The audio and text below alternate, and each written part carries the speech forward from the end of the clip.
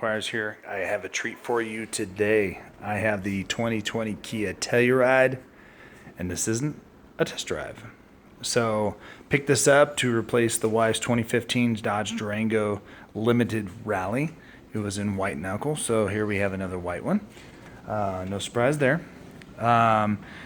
So one thing's for sure is it's a really great truck, and we did our research. We drove the Palisade, we drove the Explorer and everything, and my father-in-law just picked up an ST Ford Explorer.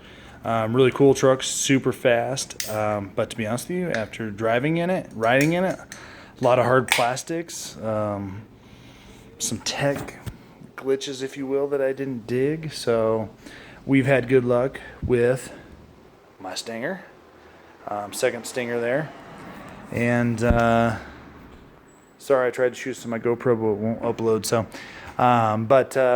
really good truck. So the only thing that we did, we got an SX, not Prestige. So it does have the auto leveling suspension because we got the factory tow hitch. Now this was a special order from somebody else, but the finances didn't work, so we were able to look at it. Inevitably, we bought it. You're going to pay MSRP for most of these guys, not a lot of discounts, because it is the hottest SUV going right now.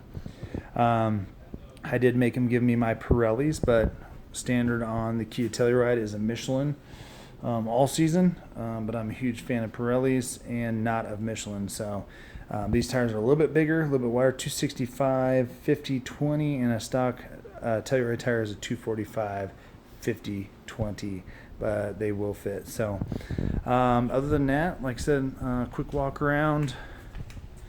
So again, with the SX Prestige, you're going to get heads up, Napa leather, what else? Heated cooled second row seats, but that's a first world problem. Mom and Dad got the heated and cooled, and that's all that matters to me. And we actually had the heated seats in the second row in the Durango, and I think they were turned on twice, and that was when Grandma and Grandpa came up. So this one, we did get the butterscotch interior, which we were somewhat leery of that. We thought we were getting, baby poop yellow. So I don't know how the contrast is working on the screen, but this is actually a real nice butterscotch.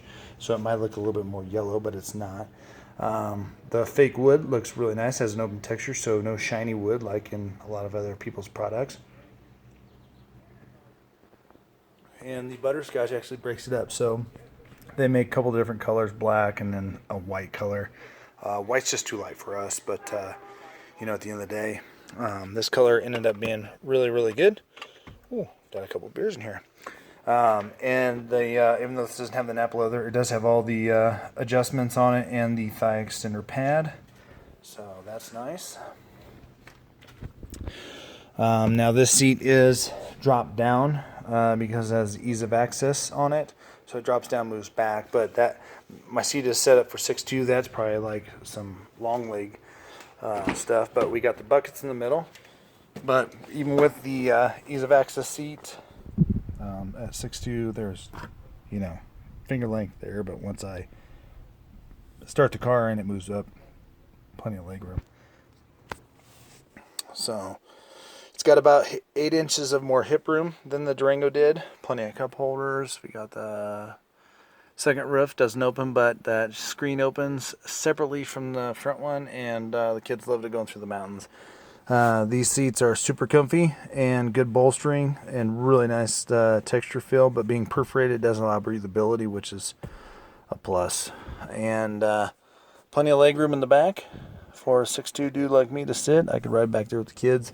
People say, I wouldn't want to ride back there, blah, blah, blah, for more than 30 minutes. But, hey, man, we're parents, and sometimes that happens. And I actually wouldn't mind riding back there. The Durango was super tight. The Durango is technically only a 2-seater in the back, and this one's a 3. Lots of cargo room. Plenty of cargo room. Now, you can adjust the height of this door, if you want. But that would come into play, say, if you had a shorter garage and you needed to not have it hit the garage door. But other than that, plenty of storage room in the thing. The Durango was filled up with a little bit of subwoofer and stuff, so a little bit of room taken up there. But you know, this one does have the Harman Kardon, which we had the Beats audio in the Durango, and I have Alpine in the 16 meg cab, and my father-in-law had the B&O. And I can tell you that this stereo, and same with the Stinger, has the Harman Kardon. It's better, you know, it's better. So have almost 1,000 miles on this guy, and it was a great 1,000 miles. We took it up the mountains to Glenwood Springs. We live here in Colorado. Went right past Telluride, and the car did great. We used all the safety advanced stuff. We used the stop and go cruise, which worked phenomenal. And actually, I didn't know that the cruise actually had this, but when you get going up here in the corner here, it's going to say your speed limit. In addition to on the nav, it's going to say your speed limit. And if you set the cruise to the speed limit, say it's 75, and you cruise into town, drops to a 50 and then a 45, and you're busy talking, it will come to a complete stop if traffic stopped, but it actually changes the cruise speed to the correct DOT speed limit. That's really groovy. So seat bolstering, perfect, right where it needs to be. The Napa leather, it is a nice leather, don't get me wrong. I had that in my GT2 Stinger, and it was really good. But this leather is really nice, and I actually like the stitching and the pattern, and like I said, I hope the contrast is playing nice, because this is actually like a brownish caramel, and it's just a really nice interior color. So one thing's for sure, again, in almost every Telluride, you can get all the safety suite stuff, which is actually, I think, should be a standard in anything. If you have that, why should it be an option? It's for safety. But at the end of the day, plenty of storage, plenty of everything. Like grab handles, you know, I like the one-way switch instead of having switches for both. I like having the cooled seats. That was a must in the next car. Wireless charger is big enough for an S9, S10, which is cool. Works really well.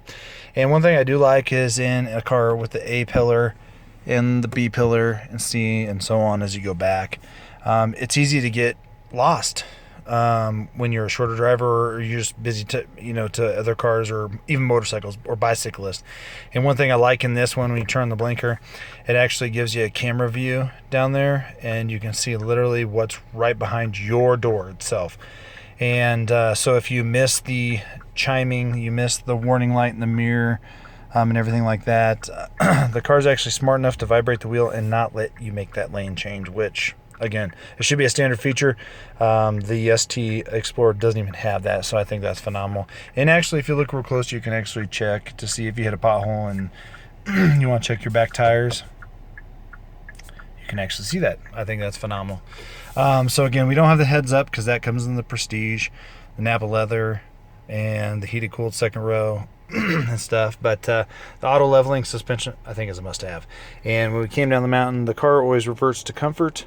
And if you set it up right, if you switch your modes here, you can see in the display what it is, the snow mode. You can also see it up here. So you can just reach down with your hand and do it and rotate to find the one you want. But coming down the mountain, I felt like when I put it in sport, because I wanted to just kind of just carve a little bit, and carve for an SUV is, you know, that's up to user, I guess, because if you want a carving car, get a Stinger, get a WRX or something. But I felt like the suspension got a little tighter, but I don't know if it is truly sport vectoring or if it lowers the truck or whatever, but it just felt a little bit tighter. But super intuitive infotainment system, so super easy, it's super quick to dig into. You touch it, you can go into here to your routes and everything like that.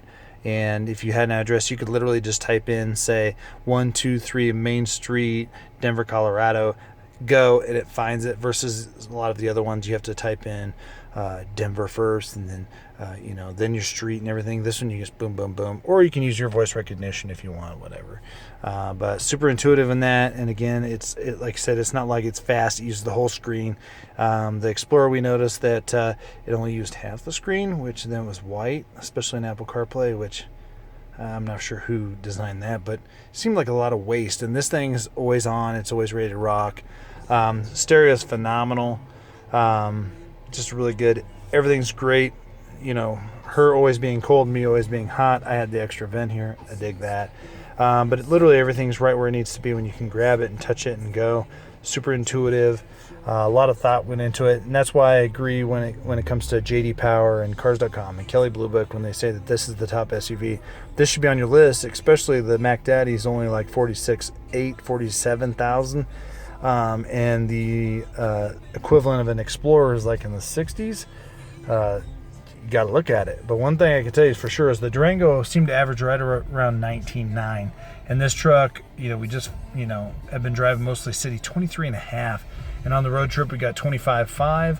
I did dip down to 24.5, and the reason behind that was because I was hauling ass. But regular gasoline, so if you do get a EcoBoost, you're going to need to run 91, or whatever state you live in. Could be 87, 92, 91, 89, something like that. You're going to have to run a higher octane fuel. So this being just regular gas, really, really good. Safety tech worked real well, but guys, if you need me to do a video later on some of the tech or a setup of these menus or anything else or have any questions, just reach out to me. I do work odd hours, so I will get back to you as soon as I possibly can.